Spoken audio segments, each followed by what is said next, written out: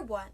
Sex refers to the biological categories of classifying humans as male and female.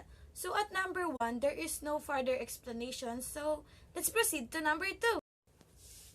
Number 2. At birth, males and females are distinguished by primary sex characteristic and secondary sex characteristic.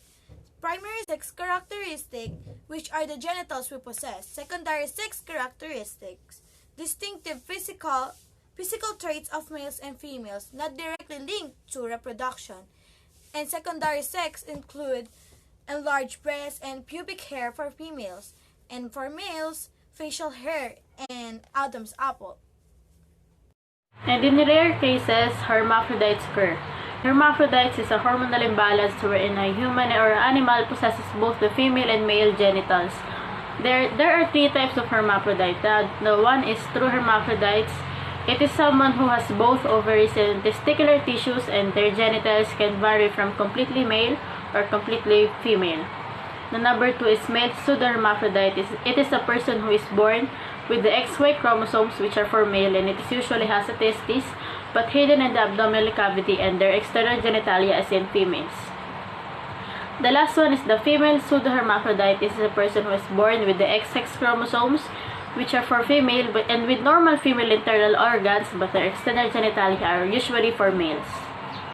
So, who gets to decide what is the sexuality of a hermaphrodite person?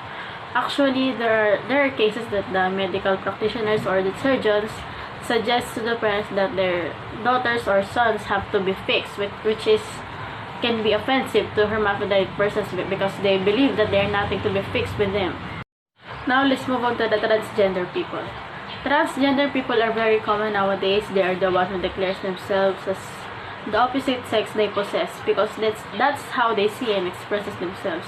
It can be a male who declares themselves as a female, or a female who declares themselves as a male.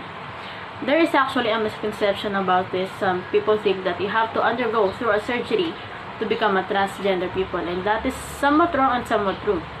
People can declare themselves as trans women or trans men without undergoing surgery. Being a transgender does not rely on physical change. It's about identifying and expressing oneself based on how they feel. And when they do undergo a surgery, they are now classified as transsexuals because the genitals they had before are being changed through the means of surgery. Trans women are women and they are no longer considered as men. Trans men are men and they are no longer considered as women. Although transsexual people prefer to call themselves as transgenders, because the word transgender is considered as the umbrella term or the general term for all trans people. Sexual orientation is a term used to describe your pattern of emotional, romantic, or sexual attraction. These are 3 types of sexual orientation. One is heterosexual people, who are romantically and physically attracted to members of the opposite sex. This is also called a straight.